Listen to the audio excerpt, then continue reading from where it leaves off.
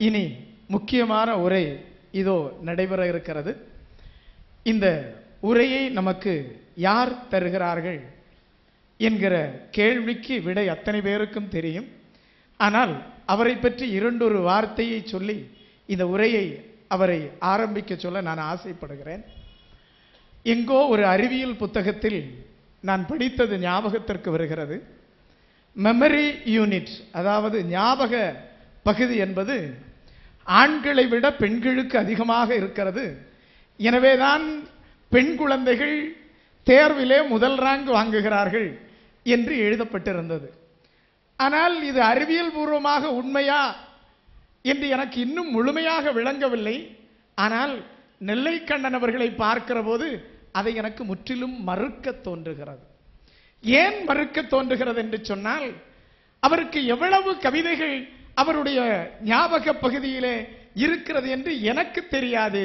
ஆனால் அவர் வெளியே சொன்ன கவிதைகளை எண்ணினால் எத்தனையோ ஆயிரம், எத்தனையோ லட்சம் கவிதைகள் அவருடைய ஞாபக பகுதிகளிலே நிறைந்து இருக்கிறது.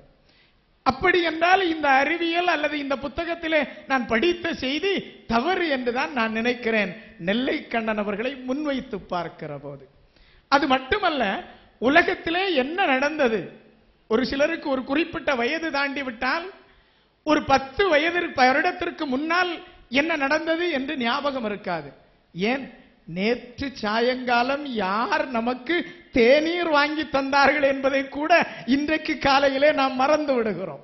அந்த சூழலிலே இன்றைக்கு இத்தனை காமராஜருடைய ஆட்சி காலமா, அதற்கு முன்னால இந்தியாவினுடைய வரலாறையும் சேர்த்து, தன்னுடைய இந்தியாவினுடைய பண்பாட்டையும் கலாச்சாரத்தையும் சேர்த்து தன்னுடைய நினைவு பகுதியிலே எப்படி பதியம் வைத்திருக்கிறார் என்று வியக்க தோன்றுகிறது. அது மட்டுமல்ல, இன்று காலையிலே நெல்லைக்கண்ணன் அவர்கள் உரையாற்றுகிறாள் என்று என்னுடைய நண்பரிடம் சொன்னபோது அவர் கேட்டார், நெல்லைக்கண்ணன் எத்தனை புத்தகங்கள் எழுதியிருக்கிறார் என்று கேட்டார். நான் சொன்னேன், நெல்லைக்கண்ணன் 500க்கு மேற்பட்ட புத்தகங்களை எழுதியிருக்கிறார் என்று சொன்னேன். அவர் கேட்டார், புத்தகங்களை சொல்லுங்கள் என்று சொன்னார். நான் சொன்னேன், குறுக்குத்துறை ரகசியங்கள் என்று ஒரு புத்தகம் எழுதியிருக்கிறார் என்று சொன்னேன். 500க்கு மேல் என்று சொன்னீர்கள், இப்போது குறுக்குத்துறை ரகசியத்தை மட்டும் சொல்லுகிறீர்களே, ஏன் சொல்லுகிறீர்கள் என்று கேட்டார். நான் சொன்னேன், அவர் பேசிய பேச்சை நான் நினைக்கிறேன் ஒரு 60 ஆண்டுகளாவது பேச துவங்கி இன்றைக்கும் பேசிக் கொண்டிருக்கிறார் என்று நினைக்கிறேன். அவர் பேசிய பேச்சை தொகுத்தால் 500 புத்தகங்களுக்கு மேல் கிடைக்கும். அவையெல்லாம் இன்றைக்கு ஒலிநாடாக்களாக இருக்கின்றன, கேட்டுங்கள் அல்லது பதிவு செய்து புத்தகமாக்குங்கள் என்று நான் சொன்னேன். இன்னும் எனக்கு தாங்க முடியவில்லை அவர் ரகசியம். பேசாமல் இருந்தால் அவரை பாருங்கள், ஒரு ஆழக்கடல். அவர் பேசாமல் இருந்தால் அவர் ஒரு ஆழக்கடல். பேசும்போது அவர் அருவி, திடீரென பூகம்பம் வரும், அவ்வப்போது தீப்பொறி பறக்கும். நித்தம் அவர் ஒரு அக்கினி குஞ்சு, பாரதி தந்துவிட்டு போன ஒத்தை அக்கினி குஞ்சு அவர் மட்டும்தான் என்னுடைய பார்வையிலே என்று. அழகை, அழகு காதலை, அருமை தத்துவத்தை, குதூகல குடும்பத்தை கவிதையாக்கி தந்து போனவர் கண்ணதாசன். இன்றைக்கு அவர் எடுத்திருக்கிற தலைப்பு கண்ணதாசன், கண்ணதாசனும் கவிதையும். இன்று கண்ணன் பிறந்த நாள், கிருஷ்ண ஜெயந்தி. இன்றைக்கு அவர் கண்ணதாசனும் கவிதையும் என்று தலைப்பை எடுத்து நம்மையெல்லாம் அறிவு கடலில் ஆழ்ந்த தேனில் செவிக்குணவு தந்து நம்மை அறிவாளிகளாய், சிந்தனையாளர்களாய் மாற்றவிருக்கிறார்கள். அன்பிற்குரிய நெல்லைக்கண்ணன் அவர்களே, உங்களுடைய உரை வீச்சை தாருங்கள், எங்கள் காதுகளில் உரைக்கட்டும். பெரியவர்கள், கண்ணன் பிறந்த நாள் என்பதனாலேதான் காவல்துறை தலைவரும் மணிவண்ணன் என்கிற பெயரிலே வந்து அமர்ந்திருக்கிறார். மாலே மணிவண்ணா மாயவனே என்று மாதவனை அழைப்பார். ஆதவன் என்னை அதிகமாக பாராட்டினார் என்று கருதுகிறேன். நினைவு நரம்புகள் அதிகமாக செயலோடு இருப்பதற்கு பெண்களுக்குத்தான் வாய்ப்பு அதிகம் என்று ஆய்வுகள் சொல்லுகின்றன என்று ஆதவன் சொன்னார். பெண்களையே நினைத்துக் கொண்டிருக்கிற கண்ணனுக்கு அது வராதா?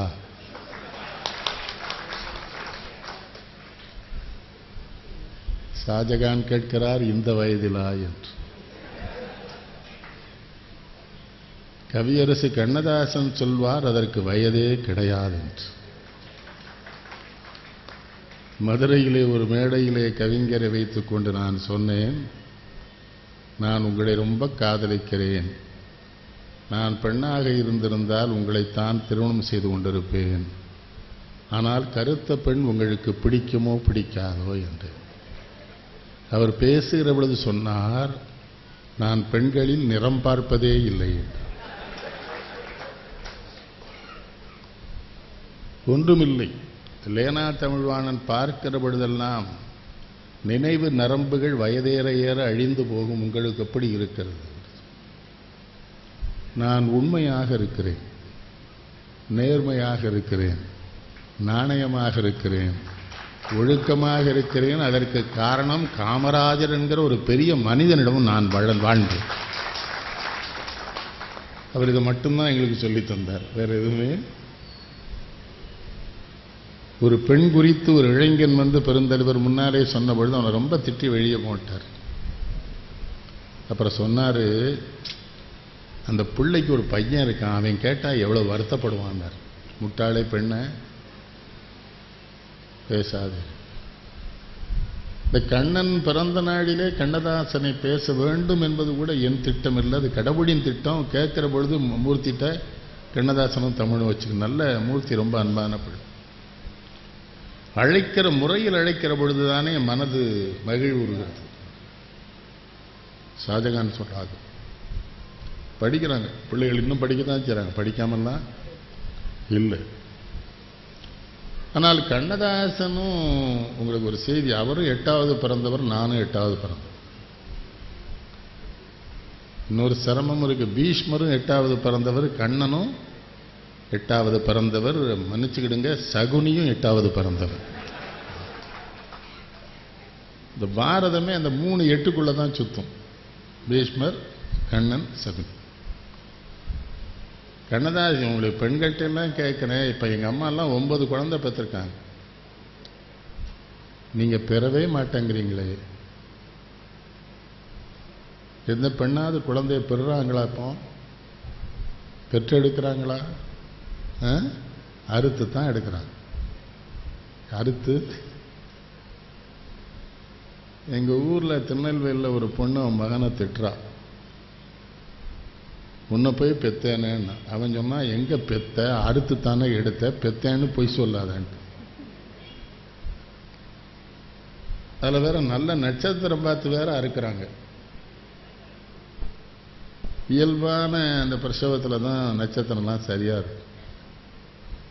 ஐஸ்வர்யா ராய்க்கு 38 வயசாச்சு, அமிதாப் பச்சன் மருமகள், அபிஷேக் பச்சனுடைய மனைவி. 38 வயசுல அந்த பெண்ணு பெத்துக்கிட்டதை ஒழிய அறுவை சிகிச்சைக்கு ஒத்துக்கிடல, உலக அழகி.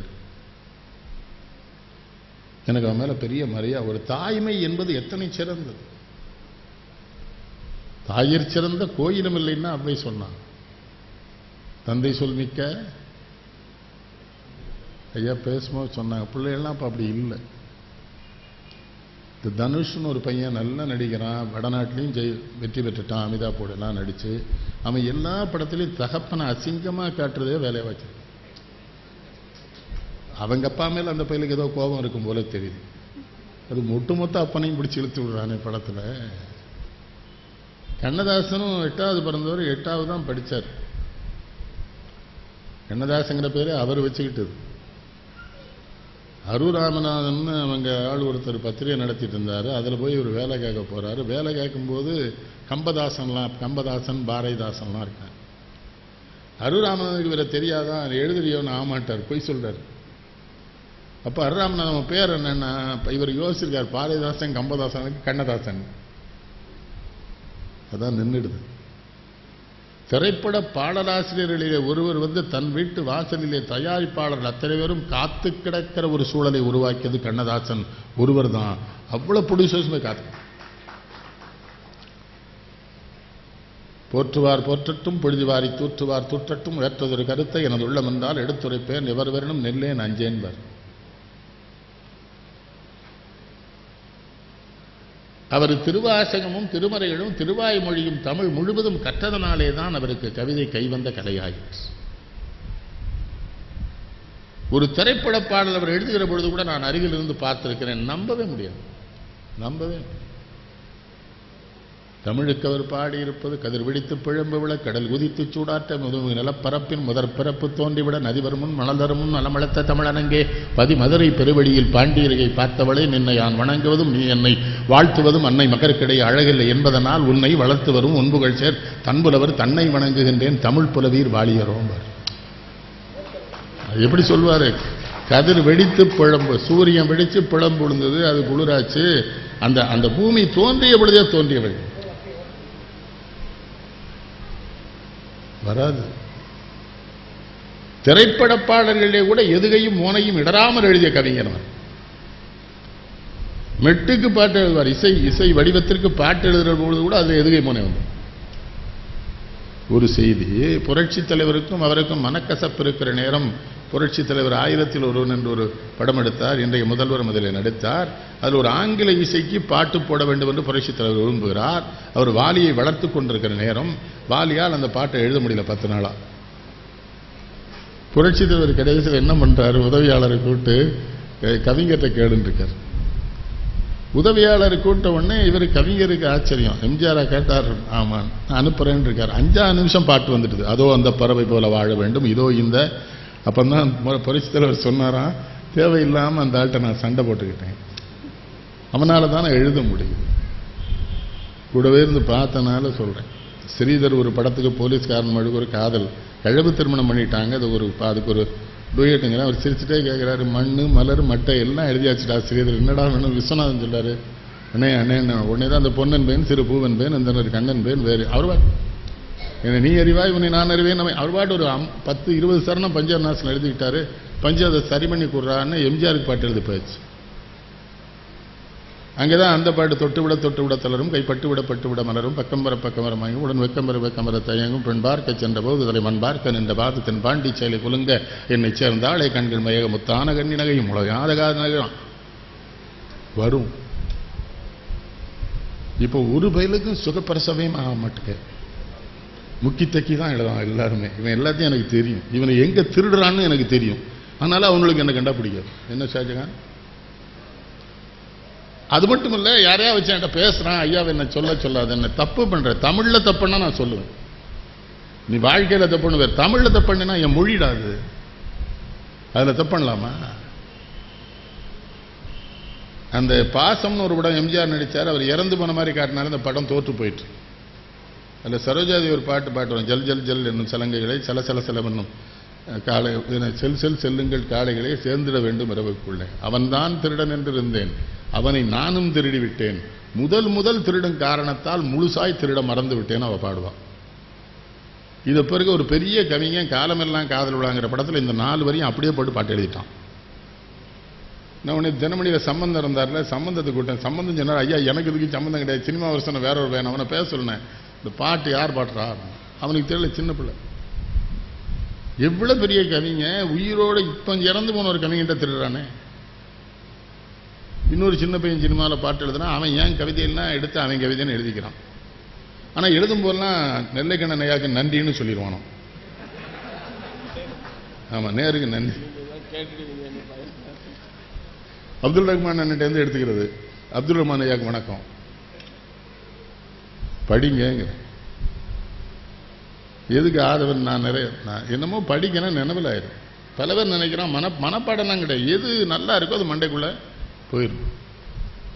என்ன சொல்றீங்க ஐயா? பார்த்தோன்னே மகிழ்ச்சி. அவங்க பண்பு. ஒரு மாவட்டத்தின் காவல்துறை அதிகாரி இருக்காங்க, இவ்வளவு கனிவான முகத்தோடு ஒரு மாவட்ட காவல்துறை அதிகாரியை 70 வயதில் நான் நின்றுதான் சந்திக்கிறேன். காரணம் எந்த ஊர்? மயிலாடுதுறை. தமிழ் வளர்ந்த பூமி அது. மரமலேடிகள்னா அந்த பக்கம் தான் இருந்தார், நிறைய தமிழ் வளர்த்தவர். இப்போ கண்ணதாசனுக்கு தமிழின் மீது என்ன பற்றுங்கிறத கூட காட்டுவார் சினிமாவில். திருவிளையாடல் படத்தில் ஹேமநாத பாகவதன் வடநாட்டில் வந்து ஒரு பாகவதர் வருவான், அவனோட பாடணும். பாடுறதுக்கு யாருமே தயாராக இல்லைன்னு கோயிலில் பூஜை பண்ணுற பட்டரை கூப்பிட்டு பாண்டிய மன்னன் பாடும்பான் பானபத்திரனை. அப்போ போய் சிவர் மாட்டை அழுது ஒரு பாட்டு பாடுவான். நம்ம ஆடு டிஆர் மாலிங்க சோழம் தாங்காரன். அவன்லாம் 5 கட்டையில் பாடுவான்.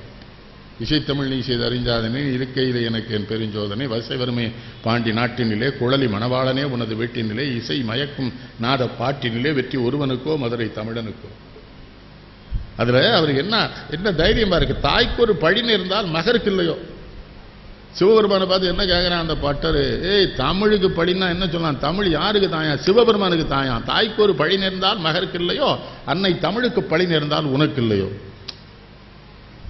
கடவுளுக்கு அம்மா யாருங்க? அதான நமக்கு சொல்லி தந்தாங்க. மதுரை தமிழ் சங்கத்தின் முதல் தலைவர் சிவபெருமான், அடுத்த தலைவர் முருகப்பெருமான். ஆனா கோயிலுக்குள்ள தமிழ் பேசாதேங்கானே. அவனுக்கு 2 பேரும் தான் தமிழ் சங்கத்துக்கு தலைவராக இருந்திருக்கான். அவன் முன்னால அந்த மொழியில கூடாதுங்க. இது ஜெருசலத்தில் பிறந்த இயேசுநாதருக்கு தமிழ் தெரியுது. சர்ச்சில் பூரா தமிழில் தானே ஃபாதர்ஸ் எல்லாம் பேசுனாங்க.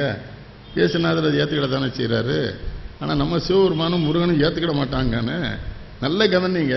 இப்போ கண்ணன் பிறந்த நாளில் நீ உங்களுக்கு செய்தி சொல்றேன். கண்ணன் கால பெருமாள் தமிழுக்கு பின்னால போவார். நல்ல கவனிங்க. சிவபெருமான் சப்பரம் போனால் சிவபெருமானுக்கு பின்னால தமிழ் போகும், தமிழுக்கு பின்னால பெருமாள் போவார். தமிழ் கூடாதுங்கானே. கோதை ஆண்டாள் தமிழை ஆண்டாள் கோபாலன் இல்லாமல் கல்யாணம் வேண்டாள் பார் ஆண்டாளை பாடும். அதோடு நிறுத்துறாரா? தாய்க்கு ஒரு படி நேர்ந்தால் மகருக்கு இல்லையோ அன்னை தமிழுக்கு சொல்றாருங்க. முருகன் போய் பழனி மலையில் நிற்கிறான், ஔவையார் போய் பாடுறா. பாராள இல்லையா? கேபி சுந்தராம்பாள். எங்கள் ஊரில் ஒரு பையன் இருக்கான், அவனுக்கு கேபி சுந்தராம்பாள் ரொம்ப பிடிக்கும், எனக்கும் பிடிக்கும். அவளையெல்லாம் ஐநா சபையில் பாடி விட்டுருக்கணும். எம்எஸ் சுப்புலட்சுமி தான் பாட விட்டாங்க. கேபி சுந்தராம்பாள் வந்து இந்த முருகா வேலவா சண்முகான்னு கூப்பிடும். அப்போ தான் நிற்பார் தெரியுமா முருகர் அந்த படத்தில். எங்கள் ஊரில் ஒரு பையன் சொல்கிறான், அவள் கூப்பிட்டா தான் நின்னான், வேற எவா கூப்பிட்டாலும் நின்றுக்க மாட்டான். அவன் ரசனை. நாங்கள்லாம் திருச்செந்தூருக்கு சாமி கூட போயிருக்கோம். அவனும் என் கூட வந்திருக்கிறான். நான் அறையில் தங்கி இருக்கிறேன். திடீர்னு ஓடி வந்தான் மதியம் ஒரு 3 மணிக்கு. என்ன பரம் சொன்னேன்னு, வா போய் முருகனை கும்பிட்டு வருவோம்னா. 6 மணிக்கு தான் வர சொல்லியிருக்கான். இல்லை இப்பவுமே போகணுங்கிறான். ஏன் போகணுங்கிற? அவன் அனைமா போயிடுவான் போல தெரியுது. முருகன் கோயிலில் இருக்க மாட்டாங்க. முருகன் எப்படியா கோயிலில் இருக்க மாட்டான்னு. கேபி சுந்தராம்பாள் வந்திருக்கால, அப்பாட்டு முருகா வேலவா சண்முகான்னா வேலை தூக்கி தூர போட்டு அவள் குண்டிக்கு பின்னால் இந்த போயிடுவான்ட்டான். அவன் லாங்குவேஜ் அது. கேபி சுந்தராம்பாள் எப்படி பார்த்துருக்கான் பாரு. அவ போய் பாடுவான். முருகன்ட்ட மலையில் பாடுவா தெரியுமா? 6வது சினம் கூறுவது தமிழ்பா. 6வது சினம் கூறுவது தமிழ். அறியாத சிறுவனானி மாறுவது மனம் சேருவது இனம் புரியாத முருகனானி ஏறுமையிலேறு ஈசனன் முன்னாடு என்னுடன் ஓடிவானி ஏற்றுச் செல்வார் கூட்டிச் செல்வேன் சொல்லிட்டே வந்து கடைசியில் வரலன்னு வச்சுக்க. உன் தத்துவம் தவறென்று சொல்லிடும். சொல்ல என்னது? அவ்வையின் தமிழுக்கு உரிமை உண்டுமா? முருகன்ட்ட நம்ம முருகன் குற்றம் பண்ணாலும் அது சொல்றது உரிமை தமிழுக்கு. கவிஞர் மாதிரிலாம் எழுதவே முடியாது. ஒன்றானவன் உருவில் இரண்டானவன் உருவான செந்தமிழின் மூன்றானவன் கடைசி சிவபெருமான பாடுவாள். அதெல்லாம் அவர் எழுதுனது தானே. அதுக்குள்ள எவ்வளவு செய்தி. இந்த இறைவனை கும்பிடவங்களுக்கு தெரியும். நான் சொன்னது உண்மையா சாமி கும்பிடுறவங்கள சொல்றேன்.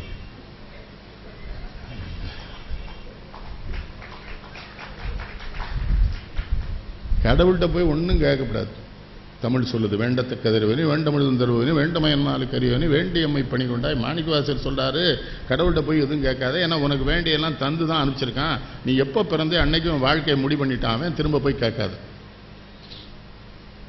பெரியப்பாவை எப்படியாவது கொல்லுங்கன்னு போய் நெல்லைப்பட்ட கேட்கானே. அவர் என்ன கூலிப்படையா? பெரியப்பா கூலிப்படை வச்சு கொள்ளணும்னா உங்கள்கிட்ட சொல்றேன். எந்த கடவுள்கிட்டமே கேட்காங்க. அல்லாஹ் தஆலா எல்லாம் கொடுத்தானே அனுப்பிச்சிருக்கான். அவன் கவனிச்சிட்டே தான். என்ன ஷாஜகான் தீர்ப்பு நாளில் அத்தனைக்கும் தீர்ப்பு சொல்லுவான். அவன் பயப்படணும். கண்காணி இல்லை என்று கள்ளம் பல செய்வார், கண்காணி இல்லா இடமில்லை காணுங்கால் கண்காணியாக கலந்தெங்கும் நின்றாரை கண்காணி கண்டார். திருமூலர் சொல்றார். கண்காணிக்க எவனுமே இல்லைன்னு எல்லா பேரும் தப்பு பண்றான். கண்காணிக்க கடவுள் இருக்கான், அவன் கண்காணிச்சுக்கிட்டு தான் இருக்கான். அதனால ஒழுக்க எவன்லாம் நேர்மையா இருக்கான்னு அவனுக்கெல்லாம் கடவுள் கண்காணிக்கிறாங்கிற அறிவு இருக்கு. எல்லாரும் பிள்ளையார கும்பிடுறோம். பிள்ளையார் நம்ம சாமி இல்லை. வாதாபிக்கு 2ஆம் பலியை சித்தத்துக்கு போகும்போது வித்தியாசமான சாமிகள் தூக்கிட்டு வந்துட்டான் இல்லையா? அவன் அங்கேருந்து தூக்கிட்டு வந்தானே நம்ம பேருக்கு எல்லா பேரும் என்ன சொல்லிட்டான்? பிள்ளையார்னா திருடி கொண்டு தான் வைக்கணும்னு எவனோ சொல்லிட்டான். காவல்துறைக்கு பிள்ளையாராலையும் பிரச்சனை இருக்கு, எனக்கு தான் தெரியும். என்னது? ஆமா ஆமா ஆமா.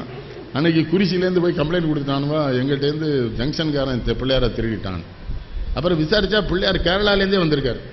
ஒரு 60 ஊரை தூக்கிட்டு வந்திருக்கான். அதனால தான் இந்த போய் சைக்கிளை போகும்போதே பிள்ளையார கும்பிடுதான் பத்தியா அப்படின்ட்டு போயிடுறோம்.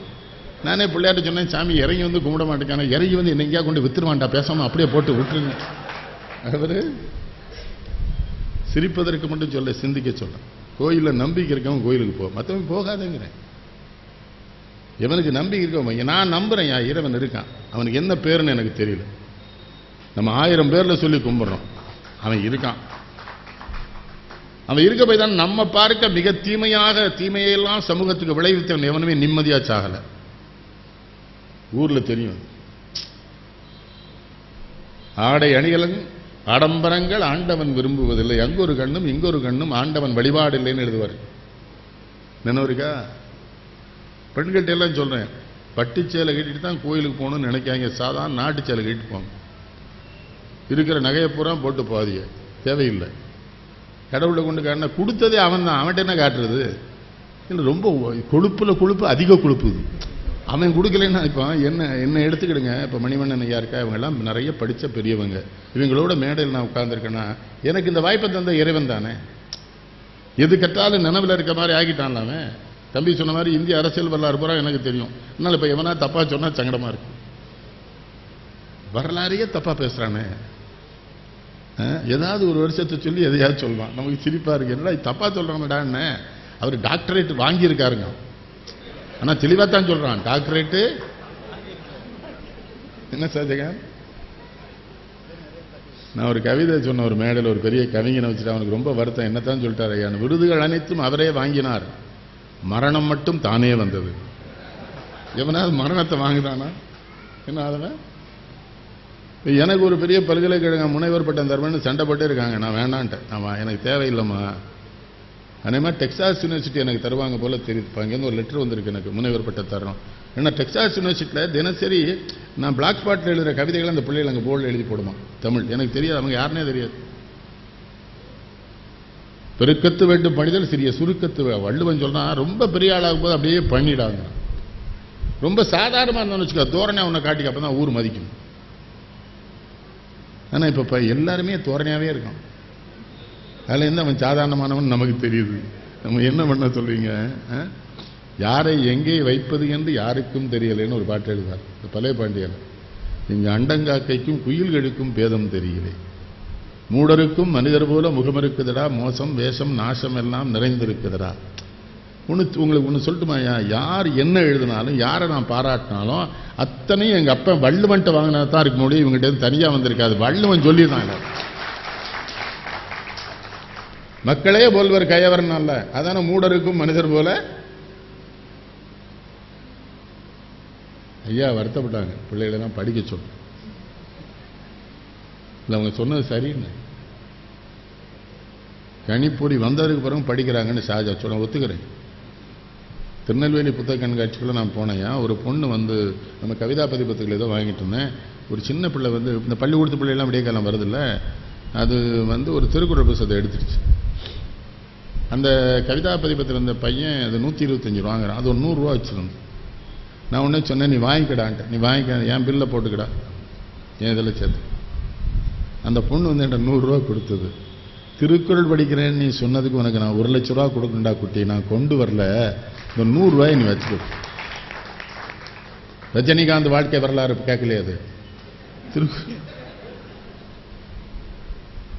ஒரு 4 கடை தள்ளி போனோம். இல்லை அவன் எங்க இல்லை செங்க அந்த பையில, அவன் என் கூட தான், அந்த பையன் எப்போதும் கூட வருவான். இன்னொரு இடத்துக்கு போகிறோம், சின்ன திருக்குறள் ஒரு பையன், சின்ன பையன், ஒரு 8ஆம் கிளாஸ் படிப்பவங்களை திருப்பி பார்த்தான். உனக்கு அது வேணுமான்னு. ஆமாம் கொண்டு போ.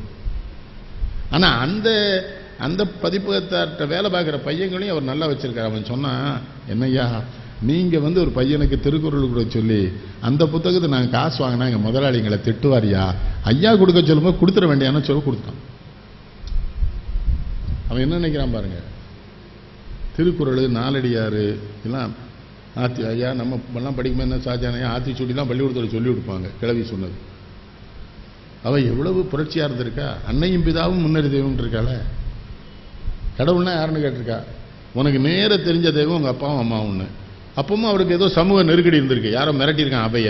உடனே ஆலயம் தொழுவது சாலவந்தான் இருக்கான்.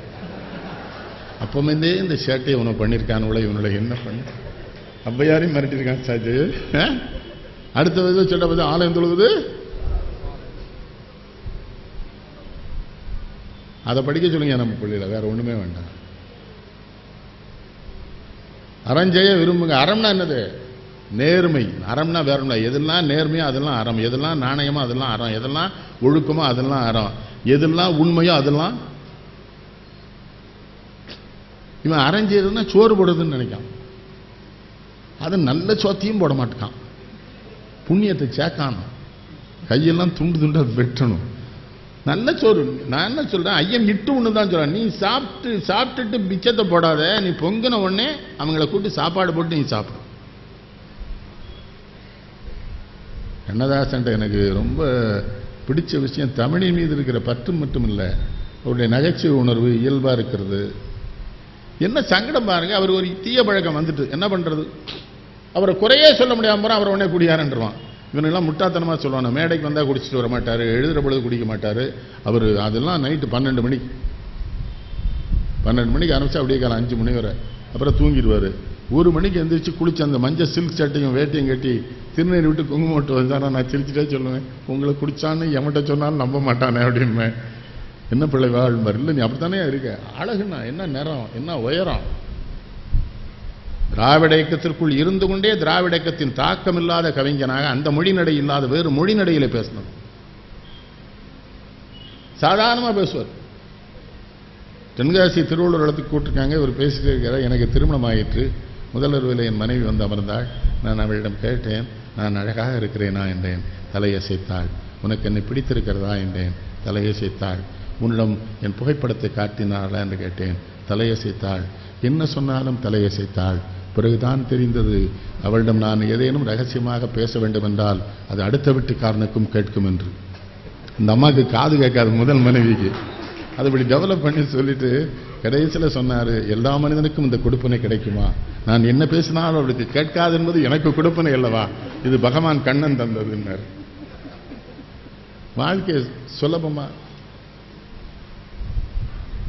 இயக்கத்தில் என்ன பண்ணியிருக்காரு, எனக்கு ஏதாவது தேர்தலில் சீட்டு தாங்கன்னு கேட்டிருக்காரு. கடைசியில் பாண்டிச்சேரியில் தாங்கன்னு உடனே கலைஞர் சொன்னாராம், அங்கே நீ எப்படியா நிப்பேன்னாராம்.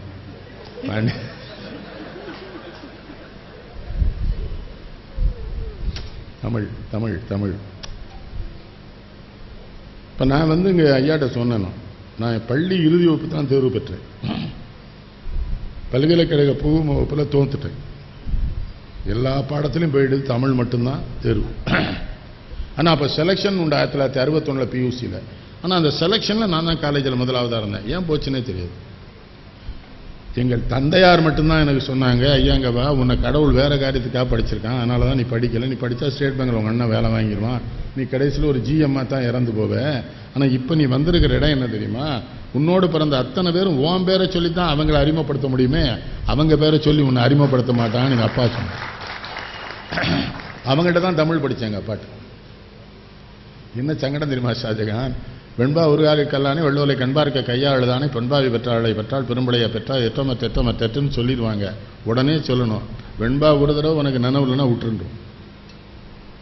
தமிழ் அப்படி சொல்லி கொடுத்தாங்க பள்ளிக்கூடத்தில் வாத்தியார்களே. ஐயாட்ட ஒரு செய்தி சொன்னேன், கண்ணதாசனின் பக்தி நேரின்னு ஒரு பொம்பளை பிள்ளை PhD வாங்கியிருக்கு புஸ்தகம். அந்த புஸ்தகத்தை எடுத்து திரும்பி பார்த்தேன்.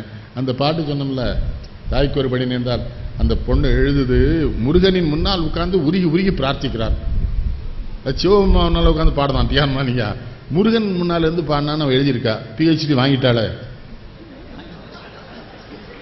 அப்புறம் தான் நான் தெரிஞ்சது, அது வாங்கத்தானே செஞ்சிருக்கா, பல்கலைக்கழகத்தில் விற்பதனாலே அவள் அதை வாங்குகிறாள். அதை நாம் ஒன்றுமே குறை. அதனாலதான் இந்த முனைவர்கள் யாராவது என்று சொன்னா ஒத்துக்கிறது இல்லை. எதுவும் முனையாமலே அதுக்கு சில பெரிய தமிழர்கள் எழுதி கொடுக்க இருக்கான். அவருக்கு ஐயாரோடு தான் அவர் எழுதிடுவார். எது கண்ணதாசன் ஒரு ரசிகன். நீங்க மயக்கமா கலக்கமா, மனதிலே குழப்பமா, வாழ்க்கையில் நடுக்கமா, அது எத்தனை பேரை காப்பாத்திட்டு தெரியுமா. வாலி இருக்கார்ல, வாலி நம்ம ஒழுங்கா டிவிஎஸ்ல ஐயங்கார் நமக்கு வேலை கொடுத்துருவார், வேலைக்கு போயிடுவோம், சினிமா செறிவதான் நினைச்சிருக்காரு. அன்னைக்கு இந்த பாட்டை கேட்டிருக்காரு. உடனேதான் வாலி என்ன பண்றாரு, முயற்சி பண்ணிடுவோம் தான். அப்புறம் தான் எம்ஜிஆர் வர, எம்ஜிஆர் ஒரு பெரிய ஆளாக்கி விடுறாரு. KS ரவிக்குமார் ஒரு டைரக்டர் இருக்கான்ல, இந்த கமல் படத்தை பூரா கூட வந்து பண்ணுவான். அவனும் அப்படிதான். பட்னி ஊர்ல போய் ஏதாவது சாப்பிட்டுக்கலாம் அப்படின்னு கிளம்பும்போது இந்த பாட்டை மனசு வேணும். அது இந்த பாட்டில் அடிப்படை என்ன மனது.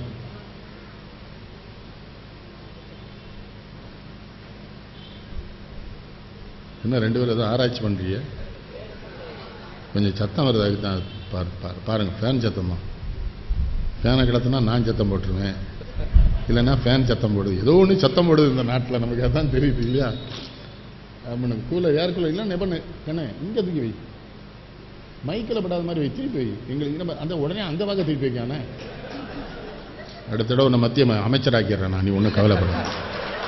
எதையாவது மாற்றி எங்கேயாவது வச்சா அவன் அங்கே தான் வைக்கணும்.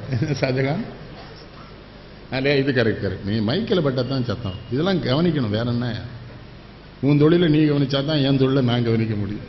என்ன முந்தா நாள் சேலத்தில் நகரத்தார் ஒரு பெரிய ஏற்பாடு பண்ணியிருந்தாங்க. எல்லாம் சிறப்பாக பண்ணி மைக் செட்டு அவங்களே மன்னிப்பு கேட்டாங்க. ஐயா தப்பு நடந்துட்டு. இது முதலே அந்த ஃபேன் ஒன்றும் இல்லை, ஃபேன் சத்தம் கேட்க தான் செய்யும். இதே நேரம் நல்ல காற்று அடிச்சுன்னு வைங்க, அதுவும் கேட்கும் மைக்கில். அதான் மைக்கு நல்ல மைக்குன்னு அர்த்தம். சில மைக்கில் என்ன அடித்தாலும் கேட்க மாட்டேங்க. சேலத்தில் அப்படி மைக்கத்தான் வச்சுட்டானோ. நானும் பேசி பார்க்க ஒன்றும் இந்த மயக்கமா கலக்கமா எப்படி பாட்டு மனதிலே கூட. வாழ்க்கை என்றால் 1000 இருக்கும், வாசல் தோறும் வேதனை இருக்கும், வந்த துன்பம் எதுவென்றாலும் வாடி நின்றால் ஓடுவதில்லை. எவ்வளவு பெரிய செய்தி. அவன் நல்லையா வந்திருக்கு. என் தம்பி என் கூட ஒரு பெரிய பல்கலைக்கழகத்தில் அவர் டீன். அவர் சொல்லார், எப்படி அவங்களால அப்படி இருக்க முடியுதுன்னு. அப்படி இருக்கணும். ஏன்னா இவ்வளவு படிச்சேன்னா எனக்கு தெளிவு வேணும்ல. கற்க கசடர கட்டவை கட்டவன் நிற்க, அதற்கு தானே வள்ளுவன் சொல்லியிருக்கான். நான் படிச்சதுல தெளிவா இருக்கணும்ல. என் துன்பத்தையும் நான் காட்டிக்கிட மாட்டேன், இன்பத்திலையும்.